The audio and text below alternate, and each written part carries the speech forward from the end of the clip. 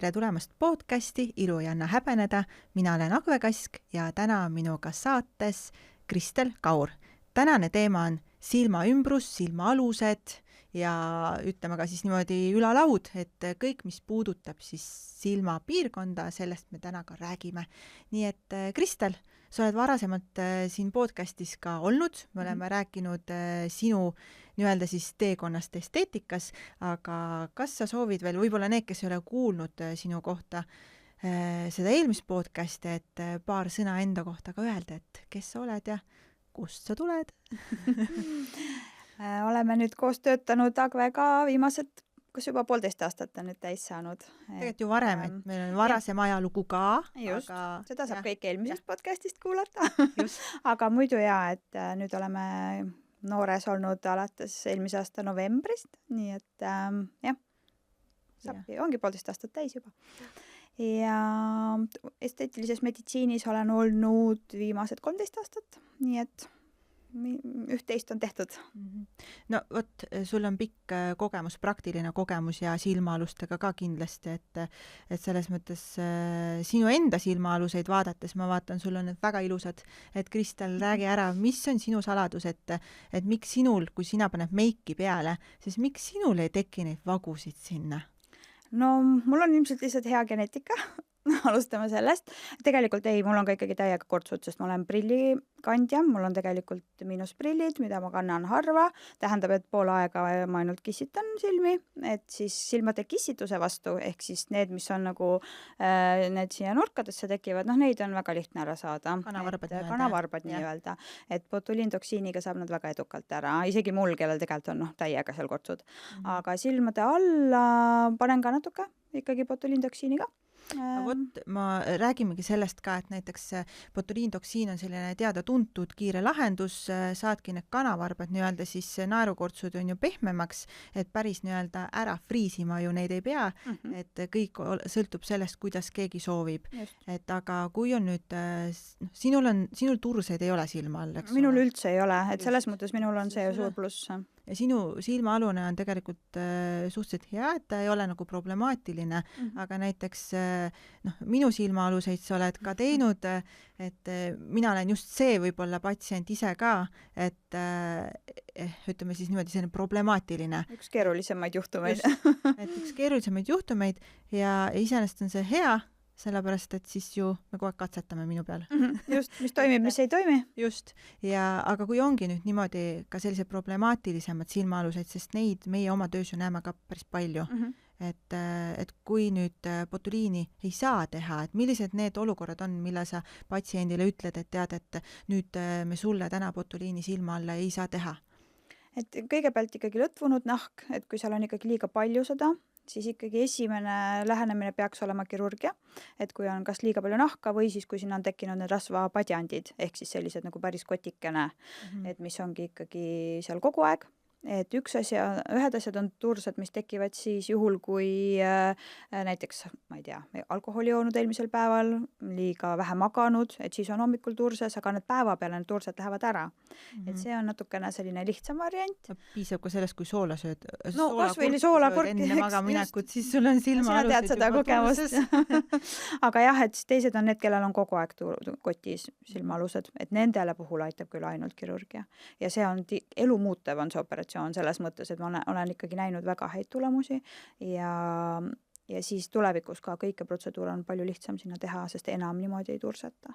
Just see mõtted alalauge. Praegu jah, just rääkisime alalaugudest. Alalaugudest, on ju. Et aga näiteks ongi, patsient ütleb, et aga ta ei soovi kirurgiat. Mis see siis botuliin? Mina reeglina ei tee botuliini, et ma olen hästi ettevaatlik selle koha pealt, sest tegelikult ma alati ütlen, botuliintoksiin tegelikult on mõeldud ikkagi nendesse kannavarvastesse. Tähendab, et need, mis tekivad ikkagi silma nurkadesse. Kõik see, mis on silma alla, on selline, me nimetame seda mesobotoksiks, ehk siis ikkagi väike kogus ja see ei saagi täiesti seledaks tõmmata, et see ei olegi selle botuliini eesmärk. Jah, aga näiteks ka, ütleme, et osadel need kanavarbad on niivõrd ikkagi pika, ütleme siis ikkagi laiaulatuslikud, et nad tulevad ka põskede peale lausa välja, et ja siia silma alla niimoodi täitsa kenasti, et siis ongi see, jääb ju imelik mulje, et kui sa botuliiniga nii-öelda siis lõõgastad ära pool justkui silma ümbrusest ja pool jätad lõõgastamata, siis see ka ei ole nagu ju ilus, et millised lahendused üldse siis sellistele patsientidele on? No minu kõige lemmikum protseduur silmade alla üldse, kõigile kogu aeg soovitan, on polünukleotiidid.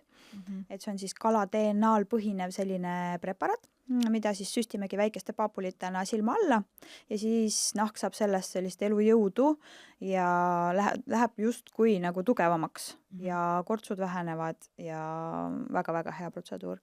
Et kindlasti sobib kõigile, et päriselt, et jah, kuigi vaata öeldakse ka, et kellel on kalaallergia, et siis nemad peaksid natukene ettevaatlikumad olema, et aga siiamaani tegelikult meil, vähemalt minul ei ole olnud, ei tea kah, tead, ma mõtlen just allergilist reaktsiooni ei ole olnud ja ma ikka loomulikult iga kord küsin, aga kuna ta ei ole ikkagi selles mõttes, see ei ole selles mõttes puhas kala, et siis tõenäoliselt, no loomulikult, kellel on mingid tõsisemaid allergilisi reaktsioone olnud, loomulikult ei julgeks proovidagi, ei hakkakski tegema, aga siiamaani kõik söövad kala.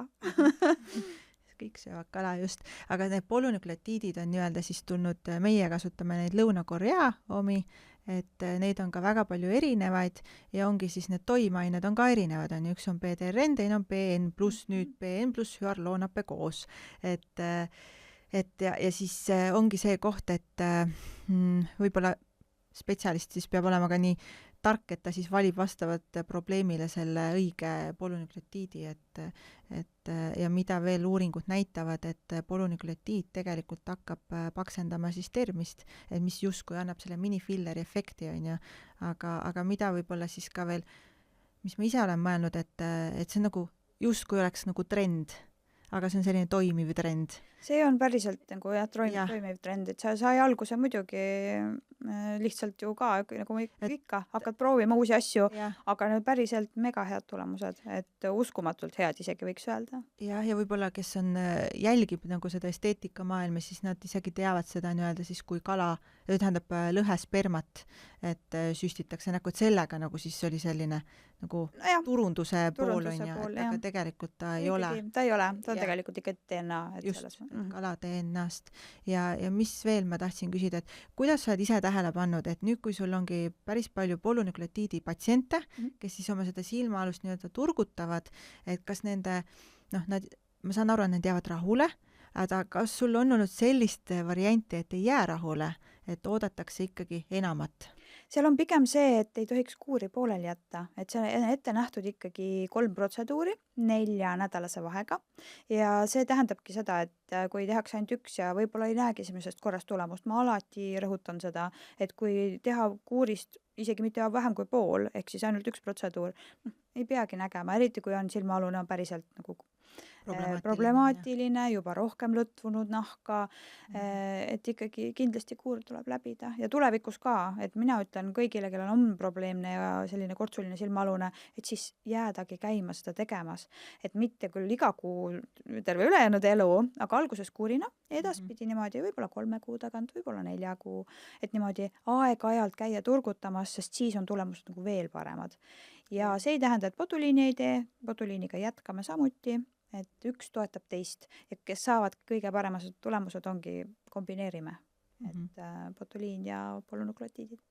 Aga mina olen tähele pannud seda ka, et oodatakse nii-öelda, see oligi TikTokis oli trend, et polünukleotiidid justkui annavad selle täitesüsti efekti ja siis inimesed ootavad, et miks see nii-öelda siis, kellel on vagu, et lisaks nagu kortsule on ka selline lohk või vagu, et siis justkui, et miks polünukleotiid nüüd seda nagu probleemi sul ära ei lahenda, et need ootused ka võib-olla siis inimestel võivad olla liiga suured, et kui sotsiaalmeedias näidatakse ühte pilti ja tegelikult on see teine, et absoluutselt, et see ongi lihtsalt ennem ära selgitada, et ongi patsiendi valik peab ka õige olema, et selles mõttes, kellel on ikka päriselt silma all vagu ja ta tahab seda täita. Nagu pisaravagu, eks ole? Pisaravagu. Ikka selline, et mina nimetan seda lihtsalt aukus silmaalune. Ehk siis, kui visuaalselt juba näed, et ta on nagu vajunud sissepoole ja seal ei ole turseid, ei ole hommikuti silmad paistes, siis võib seda ikkagi täita filleriga.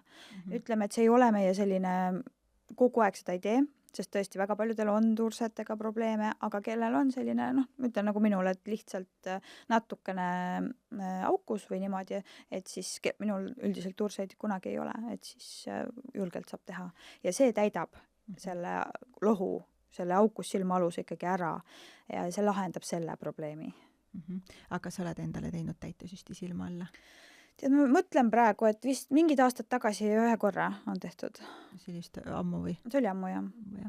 No vot, sulle otsesest vajadust ju ka ei ole. Hetkel ei ole, ja mis ongi pluss, ongi tegelikult see, et see silmaaluste täide püsib tegelikult väga mitu aastat. Et see ei ole selline kord aastas protseduur. Ja mina mäletan, minu meelest me oleme kuskil podcastis rääkinud ka minu silmaalustest, et meie oleme ju täitnud silmaaluseid mul ikka kordi, ma arvan, et äkki nüüd juba 5 korda. Et lahustanud, täitnud, lahustanud ja täitnud ja selliseid patsiente on veel. Et just kui iga päev ei turseta, aga ikkagi aeg-ajalt tursetad ja siis, kui sa paned selle täitesüsti sinna alla, mis siis nagu hakkab sulle vett koguma, siis mingid etapid, ütleme, kui sa oled rohkem väsinud, vähem vett joonud või just vastupidi õhtul väga palju vett tarbinud, et siis ta kohe nagu avaldub sul hommikul ka näos, et tekivad tursed, nii-öelda siis väiksed kotikesed, et mida siis sa sellise patsiendiga teed? No keeruline, väga-väga keeruline, et see pidev täitmine ja lahustamine ei ole kindlasti see, mida me tahaksime teha. Et õnneks, ma ütlen, neid on vähem, sest et me oleme ikkagi teadlikumad, et me pigem ei tee seda täidet sinna üldse. Ja mis on ka veel huvitav, on see, et mida ma enda praktikas olen näinud, et kui sa täidad ära ja vanasti mina täitsin ikkagi niimoodi, et 1 milliliter kindlasti läks, et 0,5 ühte poole, 0,5 teisele poole ja vaatadki imeline tulemus, et võimalik, et ma ei tea, ka paari kuu pärast teeme veel ja ongi ilus, et aga ta on ikkagi ajutiselt ilus, sest et hakkab sealt välja pressima ja kumama hiljem, ütleme siin aasta pärast. Aastate pärast, mõnikord isegi 3, 4, 5 aasta pärast. Aga kõik oleneb ka preparaadist, et minu viimaste aastate kogemus on pigem olnud positiivne, et ühte konkreetset preparaati kasutanud, mis on tõesti, ma ei ole veel ühtegi näinud, kellel nagu välja hakkaks ma ei ole kindel, kas just sellest preparaatist, sulle on erinevaid tehtud. Mina ei ole ka iga kord sinul täitnud, et sul on vahepeal olnud mingid koolitustel täidetud. Just, mingid muud, et see, mis me aga muidu jah, et ütleme, et on mingid preparaadid, mis toimivad silmal paremini, sest süstimistehnika aastatega, minu puhul väga ei ole muutunud, et ikkagi me teeme seda sügavale, me teeme seda luu peale, kus on ta kõige vähem riskantsem selles mõttes, et on ikkagi tursete risk kõige väiksem, aga silmaümbrune on üks väga-väga keerukas süsteem üldse. Meil on lümfisüsteem, mis võib pidurduda ja võivad tekkida ka tursed nendel, kellel neid mitte kunagi ennem olnud ei ole, et selles mõttes väga peab ikkagi jälgima, mõtlema, kas on üldse mõtet teha, et mina olen täiega selle naha kvaliteedi parandamise poolt, et igal pool valin pigem need polünukleotiidid ja kõigepealt turgutame ja siis mõtleme täitmise peale. Et täitmine kui selline võiks olla ikkagi kõige viimane etapp, kui kõik muu on tehtud. Mina olen sinuga 100% nõus, aga on ka ju patsiente, kes ei taha nagu seda protsessi läbida, et ega need protseduurid on ju ka kallid, et siis ongi sul valida, et kas sa siis teed selle täite ja siis täide ju tegelikult ka niisutab, ega ta ainuüksi just ei anna mahtu, vaid ta niisutab ka. Ta natuke niisutab ka, samas ta on ikkagi nii palju sügavamal, et selles mõttes ta kindlasti ei anna sama niisutust, mida annavad polünukleotiidid näiteks. Aga muidugi, et kui on valida ühe protseduuri vahel, et ütleme rohkem ei saagi rahaliselt lubada, siis peab tõsiselt mõtlema, mis see siis olla võiks, et anda kõige parem tulemus. Sest polünukleotiidid on ju ka kuurina, et kui sa hakkad arvutama nagu rahaliselt kokku, siis polünukleotiidid 3 kuu peale iga kuu korra, et siis ta tuleb ju kallim justkui, pluss veel täide otsa, siis tundubki selline, et sa tahad ainult raha saada patsiendi käest. Ei, kindlasti mitte, aga lihtsalt ongi tihti see, et tulemus, me tahame tulemust, et see sinna jõudmine mõnikord ongi kulukas. Mis mina veel armastan, on omaveresüstid silma alla ja ma saan nagu võrrelda polünukleotiide omaveresüstidega, kuigi nad on täiesti erinevad omaveresüstide nagu kasvufaktorid, et aga ka neid ma olen endale silmale lasknud teha ja hästi huvitav on see, et absoluutselt kõik asjad ajavad silmaaluse mul tursetama ja ma olen nädal aega siis hiljem ikkagi mitte kõige viisakam praegult ka, vaata, mul on ikkagi sinikad, onju, aga vähemalt ei ole turses. Aga ei ole seekord turset, ja aga polünükleotiididega 0 turset, reaalselt ma olin nagu väga-väga üllatunud ja need on meil siis nii-öelda need kõige uuemad polünükleotiidid nüüd, mis meil siin Eestis on ja vot nendega ei ole mul turset, aga eelnevatega on olnud. Et kuigi mõlemad on Lõuna-Korea omad, vaatad, võrdled justkui suhteliselt sarnase nii-öelda koostisosaga, aga vot ikkagi, et on erinevad need reaktsioonid.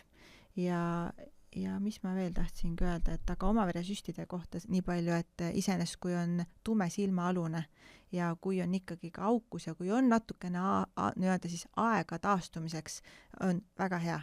Et sest oma veres saab teha nii-öelda natukene tihkema koostisosaga siis vedelikku ka. Just nagu filleri. Just, täpselt nagu filleri, aga ta tegelikult ei ole filler, aga ta parandab seda naha kvaliteeti nagu väga-väga hästi.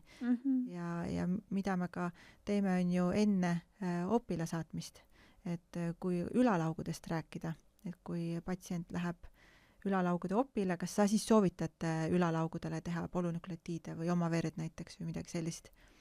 Nii ja naa, et selles mõttes ma soovitan, aga siis me ei ole isegi tervet kuuri vaja, et võib-olla piisabki ühest protseduurist enne ja siis pärast, kui on kõik tehtud ja paranenud, sellepärast, et mõlemad nii polünükleotiidid kui oma veresüstid ikkagi parandavad ka pärast isegi seda armi paranemist, kirjendavad armi paranemist. Et saab jätkata, aga operatsioonist peab ikkagi mõnda aega möödus olema, et koheselt ei hakka tegema. Mis on hästi huvitav on see, et kui ma Itaalias olen käinud koolitustel, siis on karboksüüteraapia. Et sellega ikkagi soovitatakse vähemalt 4 korda enne, kui opile minna, on see siis alalaugude op või ülalaugude op, eelnevalt siis ära teha, et rikastada seda piirkonda hapnikuga ja üle selle siis selle paranemisprotsess on nii-öelda kiirem ja parem ja tulemused on ka head, et ja peale siis oppi täpselt samamoodi. Ja vahel, on sul olnud selline olukord, et kui patsient tuleb, sa vaatad, et ta ütlebki, et ta on väsinud või millega nad pöörduvad su juurde kõige rohkem, et selle väsinud silmaaluse, väsinud olekuga või mis see põhimure on? Jah, et on see väsinud silmaalune või üldse selline, aga pigem ikkagi kortsus. Et pigem ikkagi minu meelest on rohkem on sellist nagu, mille just naha kvaliteet ikka.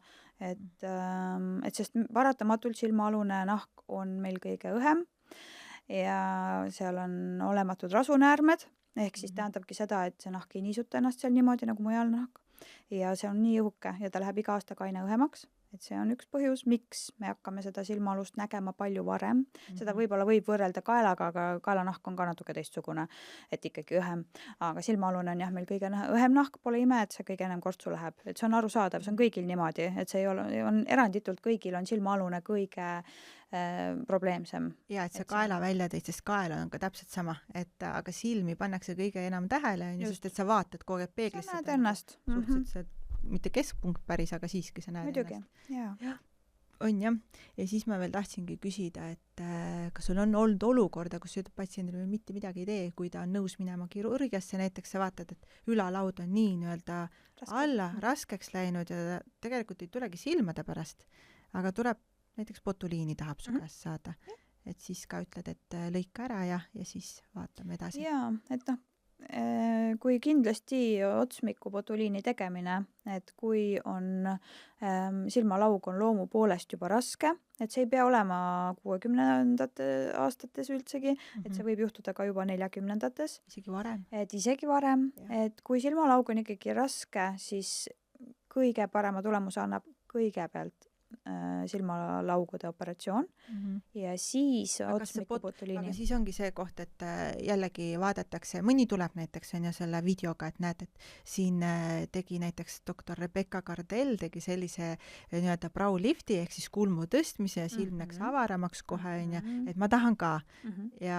Aga siis mis sa siis ütled, et ikkagi vaatad? Jaa, et see kõik oleneb ju, kui palju see vajunud on. Et kui on ikkagi silmalaug on peale vajunud, siis botuliintoksiin ei ole võimeline seda tõstma.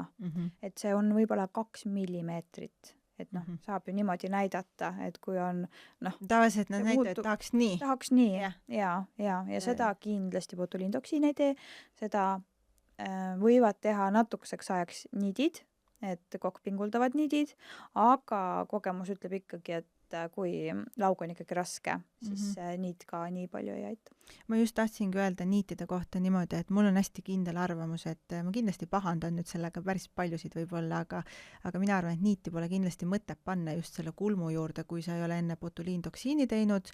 Ja esiteks ta on nii invasiivne, ta on nii traumeeriv ja võib-olla ma pean tõesti uuesti koolitusele minema, aga see efekt, ta on nii lühiajaline, et kas on seda asja nagu kõike väärt, et sa taastud 6 aega, kui tekivad sinna hematoomid ja siis 6 aja pärast justkui vaatad nagu, et kus see siis tulemus on ju. Jaa, ei absoluutselt nõus. Et selles mõttes isiklikult mina ei tee. Ja ma igatahes eelistan. Kuigi meil on kliinikus olemas see võimalus, et meil teeb seda doktor Karin Rallmann, aga ega ma Karini eest sõna ei võta nii-öelda. Just, aga ma arvan jah, et see ei ole ka tema esmane valik. Ma arvan, et on selles mõttes nõus meiega. Jah, seda küll. Aga eks ikka niite pannakse, ma olen ise kunagi pannud ju niite, nii-öelda neid mesoniite silma alla, silmaniite. Sa oled pannud niite silma alla? Ei ole üldse. Ei ole. Ja tegelikult ma ütlen ausalt, et need silmaniidid mulle justkui meeldisid. Mitte nüüd need lifting niidid, aga just selle naha kvaliteedi mõttes. Et need, kellel olid tursed või ongi seda pisaravagu natukene rohkem siin näha, siis ta toimetas küllaltki hästi. Aga see on jällegi, et tuleb panna üpris palju neid ja lõpuks tuleb teha igal juhul kuur. Et taastumine reeglina läheb väga edukalt, ei teki sinikaid, aga ühe korra juhtus, et tekkis väga suur sinikas. Jah, et aga see käib iga protseduuri puhul nii-öelda kaasa, aga nende kohta ma ütleks, et ma täna neid väga ei pane. Et võib-olla see aeg on ka teisi vahendeid nii-öelda. Et mõnele võib-olla veel paneksin, aga see ei ole mu esmavalik. Jah, just. Et mina ei ole ka otseselt selline fänn nendele. Jah, et miskipärast on ta nagu meist mööda läinud, mis ei tähenda seda, et nad oleks nüüd halvad. Et samamoodi nad ju stimuleerivad seal kollageeni, toetavad nii-öelda seda naha aluskoha struktuuri, aga jällegi ta on lühiajaline ja tulebki teha iga 2-3 kuu tagant, on ju 3 korda jälle. Et osad on jällegi käinud 1 korra pannud ja ütlevadki, et tulemust pole. See on täpselt sama nende polünükleotiididega. Ja, et selles mõttes ükski protseduur mida peab tegema kuurina, ei saa anda 1 korraga sama head tulemust. Sellepärast jah, et kunagi näiteks võrreldagi nüüd, et kanavarvastes botuliintoksiin üldiselt toimib kohe esimesest korrast ja annabki 2 nädalaga tulemuse ja põhimõtteliselt see ongi tulemus. Et ongi juba hästi. Aga kui on juba muid probleeme, mis vajavad kuurina lähenemist, siis ei saa sama tulemust oodata. Tead, mis mul veel meelde tuli, on see, et üldsegi millised võimalused on silmaalustega, et siis on selline preparaat nagu Profilo, et nüüd saab seda teha ka silma alla. Oled sa teinud? Ma ei olegi teinud. Ei ole jõudnud. Et see on jällegi huvitav kogemus, sellepärast, et ma olen nüüd teinud ja valin väga patsiente, kuigi tegelikult öeldi, et see on justkui võiks kõigile sobida, et aga ei ole veel nii julge, et nüüd minusugusele silmaalusele ma ei julgeks. Et ma arvan, et 3 nädalat oleks turses. Peale tursetama. Just. Et aga need, kellel nüüd tõesti need silmaalused ei turseta, väga head tulemused, ülivähe tuleb panna, väga head tulemused, aga selline huvitav praktiline kogemus, et justkui jälle tuleb seda korrata ja ma kordasingi 4 nädala pärast ja patsient, kes muidu ei turseta, ja ta hakkas tursetama. Aga see turse kõik taandus ja see tulemus tuli ilus, aga ikkagi see kõrvaltoimetega nagu tuleb arvestada, et ta on niivõrd hüdrofiilne, ehk siis ta tõmbab ikka tugevalt vett sisse. Ja, et ma just käisin koolitusel ja seal olid väga head enne pärast tulemused ka teistel spetsialistidel, aga jah, et hoiatati ka, et kuni nädala võib olla turses. Aga see spetsialist ütleski, et tema on asendanud Profilo täielikult, et ta täidet enam ei tee üldse. Ja, et mujal maailmas tegelikult täidet väga enam silma alla üldse ei taheta teha, et just et nende komplikatsioonide tõttu ja siis ongi just need lümfiteed aeglustuvad ja tekivad muud probleemid, et kas on siis naha kvaliteet, puhas või kirurgia. Oskad sa soovitada, see on selline provokatiivne küsimus, et kelle juurde sa tavaliselt suunad? Plastikakirurgi. Plastika või silmakirurgi juurde? mina suunan muide ma silmakirurgi tean juurde. Jah, et aga jah, et mul on omad ka sellised, et lihtsalt ongi see, et ikka ju näeme, meie patsiendid ju käivad ka lõikamas. ja iga kord, kui nad tulevad, siis ma küsin, kelle juures ja nii, siis ma näen, kui ilusad need tulemused on ja minule on ka tekkinud oma lemmikkirurgid selles mõttes, kellele ma saadan. Okei, sa nimesid ei ütle, on jah? Ma ei hakka nimetama, jah. Sa jääd viisakaks, nii armas. Ega ei peagi. Isiklikult mulle kes tahab, võib mulle kirjutada, et ma ikka ütlen. Ja, no väga hästi. Ja oota, aga mis on veel silmaaluste ja silma üldse ümbrusest tehakse, on ju laserid. Et kuidas sa suhtud laseritesse? Jällegi, kui eesmärk on lihtsalt nahakvaliteedi parandamine, siis väga hea protseduur. Taastumine on võrdlemisi lihtne, kuigi mõnel punetab väga pikalt või siis turtsetab samamoodi. Aga kui on eesmärk, et tahaks, näed, et laug on peale vajunud, ei julge kirurgiat, kardad ja siis proovid laseriga, siis see kahjuks 90% lõpeb sellega, et teed selle kuuri, sest et laser on ka kuurina protseduur, see ei ole ühekordne ja siis lõpuks on ikka kirurgia.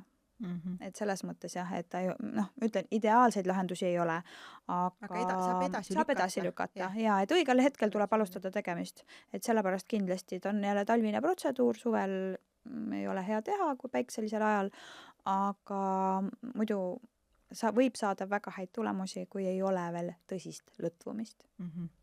Aga peale nii-öelda siis ülalaugude oppi, et mida sa soovitad?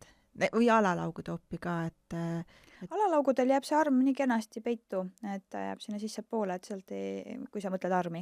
Ei, ma tegelikult mõtlesin üldsegi seda, et kas sa soovitad, vaata, osad on niimoodi, et käivad, teevad facelifti ära ja mõtlevad, see on eluaegne, et enam ei pea ühtegi protseduuri tegema, naha kvaliteedi eest hoolitsema, et näiteks ongi, kui ülalaugude op tehtud ja alalaugude op ka, et kas sa reeglina oma patsientidele soovitad edasi nii-öelda teha teatavaid naha kvaliteete või muidugi, kõik läheb täpselt samamoodi ka peale ringlõikust, et kõik, mis meil on näo nii-öelda keskosa, siis seda peab ikkagi edasi, suuümbrus.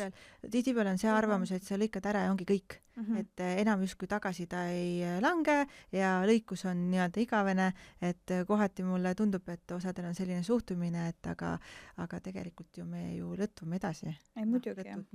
Kõik vananeb, on ju, kollageeni väheneb. Ei, kindlasti tuleb jätkata protseduuridega ka, et hoida, sellepärast, et tulemust on palju kergem hoida, kui pärast tegeleda juba, kui on tagajärgedega, just.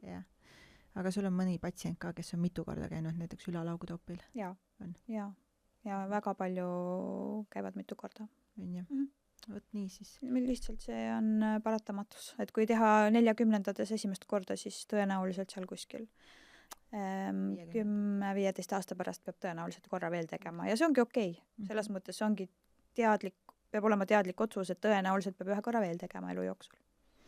Nii, siis, aga kas sa oskad soovitada midagi koduseks hoolduseks, et näiteks kui, või üldse, ma küsin niimoodi, et millal siis tulla spetsialisti vastuvõtule? No kui peeglist või piltide pealt hakkavad ikkagi häirima naeratusel tekivad kortsud või siis isegi kui on juba rahulolekus kortsud, siis on viimane aeg millegiga tegeleda. Kas kodus saab ise mingit testi ka teha, nagu et vaatad oma silmaalust ja võtad testid? No testid lihtsalt, snap-testi, just, et kodust, see hindab lõtvust selles mõttes, et kui sa võtad oma silmaaluse nahast kinni ja see vajub tagasi niimoodi 20 sekundiga, siis sa tead, et su nahk on esiteks dehüdreeritud, tähendab, ta on kuiv ja ta on lõtvunud. Mis tähendab seda, et tõenäoliselt on aeg tulla, aga peab arvestama, et vajab mitmeid protseduure. Et kui on lihtsalt naeratades väiksed kortsukesed silmanurkades, on palju lihtsam lahendada. Kui on silmade all kerge vagu, jällegi, võib olla lihtne lahendada, aga lihtsalt peab arvestama taastumisaega ka. Ma nüüd mõtlengi nagu protseduuride osas, et kas me oleme enam-vähem kõik ära maininud, et millised võimalused silmaalustega on. Aga võt, üks asi veel, et IPL, et vahel on see, et kui sul tundub, et see on see lohk ja kuskilt siit nii-öelda mingi varjund, aga tegelikult on pigment.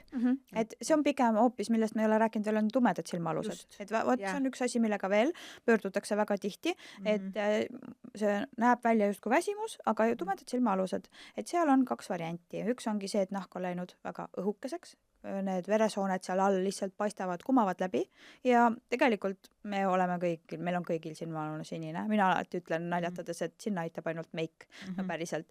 Et selles mõttes nahku me saame küll polünukleotiididega natukene justkui tugevamaks ja seal on näidustus tumedatele silmaalustele, aga see ei ole nii, et me teeme 3 protseduuri ja siis silmaalune järsku on täiesti ideaalset värvi ja kunagi enam meiki kandma ei pea. Et seda ei saa jällegi lubada. Aga tumedatele silmaalustele on variant veel, et siin on tekkinud pigment. Probleem on see, et silmale me täiesti ripsmepiirini ei ulatu IPL-iga, et me ei saa eemaldada pigmenti võib-olla täielikult sealt, aga spetsialist võiks ikka tulla näitama, et mõnikord mingi osa saab ära võtta väga efektiivselt ja varjud kaovad ära ja justkui see tulemus ongi juba parem ja ei olegi vaja mingit täidetega, mitte midagi muud, et täpselt, saab selle pigmendist. See on kõige lihtsam nagu kiirem lahendus, et pigmendist võib ühe protseduuriga juba täitsa ära saada. Ja, aga tegelikult need võimalusi veel, et mida veel tehakse, on mikronõelumine eksosoomidega näiteks on ju, või üleüldse mikronõelumine oma verega või kas või näiteks selle siis seerumiga, mis siis annab sellist glow efekti, et igasugune mikronõelumine tegelikult ju toimib ka väga hästi. Just. Et näiteks suvel miks mitte teha, et küll mitte tugevasti siis, aga niimoodi pinmisemalt. Jaa, suvisel ajal lihtsalt peab arvestama et peale protseduuri, enamus protseduurid nõuavad nädala ajast SPF 50 kohustuslikku kasutamist, aga minu maailmas on kõik, minu patsiendid on kõik kasutavad ideaalses maailmas siis, et ikkagi aasta ringi kasutame SPF 50. Jah, aga nüüd kodused nipid ka, et kui on näiteks sul tulemas mingisugune üritus ja sa vaatad, et oled vähe vett joonud, võib-olla olid haige ka antibiootikumi kuuril, nahk läks kõik kuivaks. Mis su nagu selline SOS on, mida sa siis teed? Et siis on, minu nahk ei ole kuiv peaaegu mitte kunagi, et selles mõttes minul neid kõige paksemaid kreeme võib-olla ei olegi, aga mida ma alati soovitan on La Roche-Posay see Cicaplast, et kui on SOS, kui on kõik ülikuiv ja siis Eucerini Aquaphor. Et see mõlemad on paksud, toitvad, väga toitvad, ei sobi igapäevaseks kasutamiseks, muidu võib hakata poore ummistama, võivad isegi miiliumid tekkida, kui liiga kaua liiga paksu kreemi kasutada, aga sellised SOS-olukorrad, et õhtul peale need kangasmaskid ja siis, kellel on ka tursetega probleemi, siis neid, mis need on, geelpadjad külmkapis hoida ja siis hommikul peale ja neid saab kordu kasutada ka. Seerumid seal jagub. Just. Ja. Aga mina kasutan näiteks ka seda Bepanthen kreemi või salvi, isegi paksemad panen, et see on ka üks variantidest. Aga muidu täpselt samad nipid.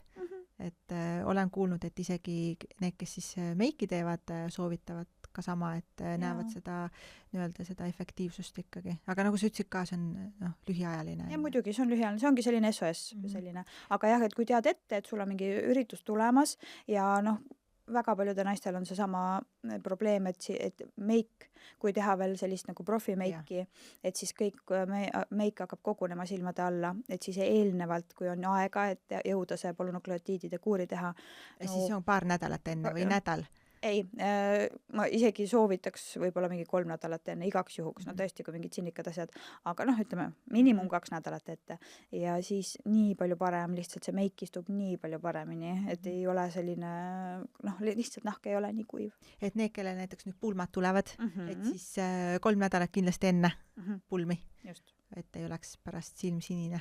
Ja mul on alati nii hea meel, kui on plaanis pulmad ja siis tullakse tegema sellist nagu raviplaani, et siis kui ikka tullakse mitu kuud ette, mul on alati nii hea meel, kui tullakse nagu varem, et me jõuame teha sellise õige plaani, me jõuame teha veel mingid näoprotseduure enne, et ei jääks kõik viimasele minutile, et lihtsalt taastumine, pulmad on, ideaalses maailmas ikka üks kord elus, eks, et siis tahaks, et oleks ju kõik täiuslik, et aga mitu kuud, nüüd me natukene hüppame võib-olla teemast eemale, aga just need pulmad, need on väga aktuaalsed praegu, et nüüd kui on tulemas, ütleme siin juulikuuses pulmad, et on hiljaks jäänud või ei ole? Ei, veel ei ole, et juuli, mis meil on nüüd praegu on meil mai keskpaik, et kenasti jõuab, et botuliintoksiin on näiteks selline, üldiselt ikkagi kõige populaarsem, mis ennem tehakse, ma ikkagi tahaks, et see oleks 6 aega ennem tehtud, et siis 2 nädala pärast vaatame üle, kohendame, vaatame ja siis on pulmadeks kõik super.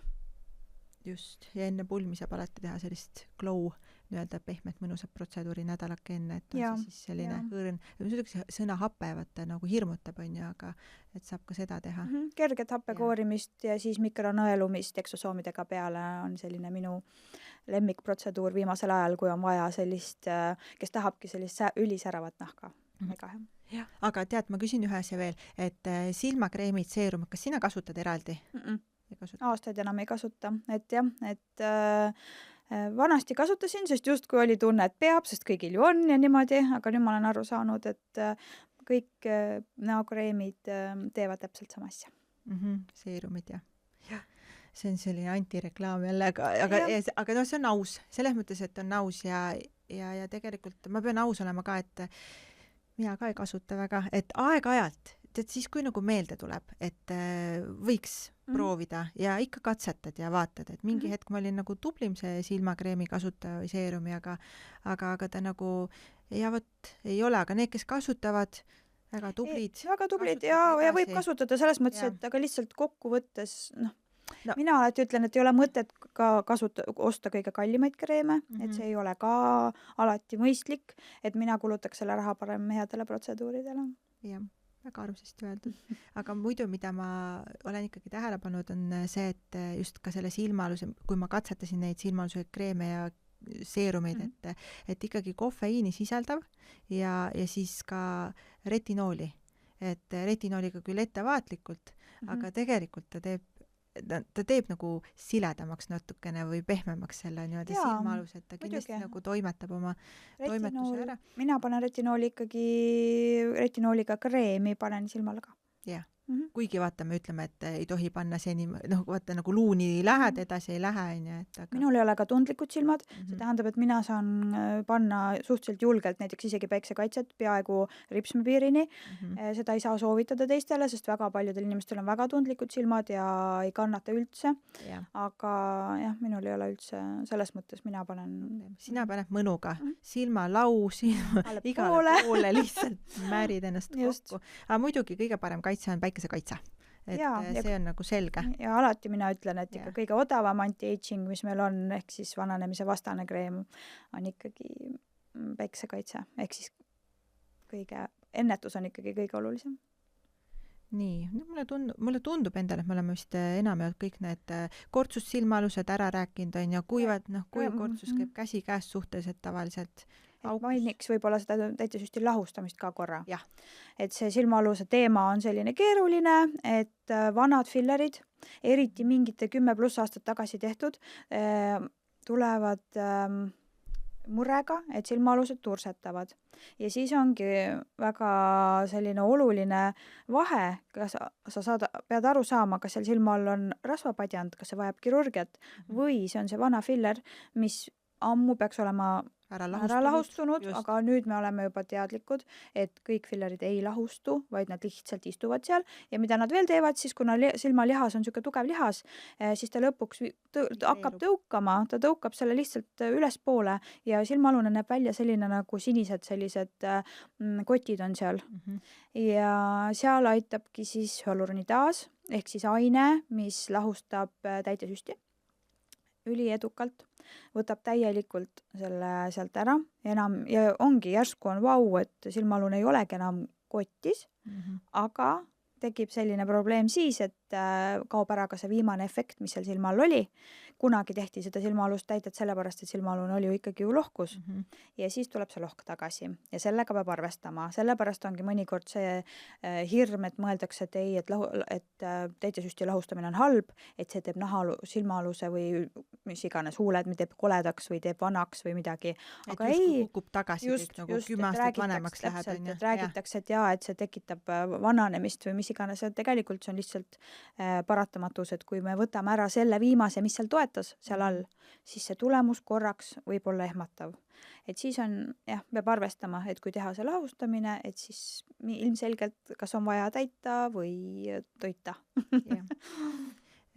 Aga vot, mis ma veel tahtsin mainida, on see, et alati ei pea ju minema kohe selle pisaravao juurde, vaid piisab ka sellest, kui sa teed näo keskosa ära täitega. Et just see meat face, ehk siis mis Näo meil siin keskosa, on ju, just, et mina olen ka alati selle poolt, et üldse silma alusel, nagu me enne rääkisime, et see ei ole esimene koht, kui me kohe täidet tahame panna, ma ütlen, pigem see on viimane. Ja siis pigem jah, kõik ennem, et toestada, sest et mõnikord näo keskosa filleri tegemine tõstab nii kenasti seda ülespoole, et silmaalune näeb ka järsku tervem ja värskem välja. Kuigi paljud arvavad, et kui sa tõstad selle, annad selle noorusliku volüümi nii-öelda näo keskosale tagasi, et justkui siis vaata, kui ma teen nüüd niimoodi, tõstan, et siis nagu tuleb selline hüpekas või et tuleb selline suur põsk, on ju. No siis on vaja sinna süstida mõistlikus koguses fillerit, et me ei pane sinna palju ja ta peab olema õiges kohas. See tähendab, et seal filler peab olema sügaval. Kui see panna pindmiselt, siis ta hakkab naeratades veidralt üles kummuma, aga õiges kihis, õige kogus fillerit annab mega hea tulemus. Aga seal peab näidustus olema, et kõigile see ei sobi. Jah. Tõsi ta on. Nii, aga ma mõtlen ka veel, et kui sul ka endal mingid ideid veel tuleb, sest et võimalik, et me midagi ikkagi jääb rääkimata, et kõik ei tule kohe pähe. Alati midagi jääb. Ja pärast tagantjärgi mõtlen, see oli ka veel ju. Et aga hetkel vist enamus asjad, mulle tundub, on ikkagi nagu räägitud, et praegu peas kerin. Ei, las ta jääda. Mõni asi võib jääda järgmiseks korraks ka, et muidu võib-olla ongi liiga palju infot ühe korraga. Just. Ja, aga Kristel, on sul mingid viimased lõppsõnad ka, mida sa soovid öelda, et kes tunneb ennast nüüd, vaatab peeglisse ja tunneb, et on pidevalt väsinud ja silmaalused on tumedad ja mis sa neile tahaksid öelda? Et igale probleemile on tegelikult lahendus, et alati võib tulla konsultatsioonile, vaatame koos üle ja teeme lihtsalt plaani, et kõik ei pea korraga tegema ja see võib olla aastane plaan, et selles mõttes, et jah, või isegi paari aastane. No isegi paari aastane, muidugi. Samm-sammult nii-öelda. Aga aitäh, et sa tulid ja vestlesid ja oli väga huvitav sinuga, mul on iga päev sinuga väga huvitav muideks. Ja siis järgmise korrani. Ja, aitäh!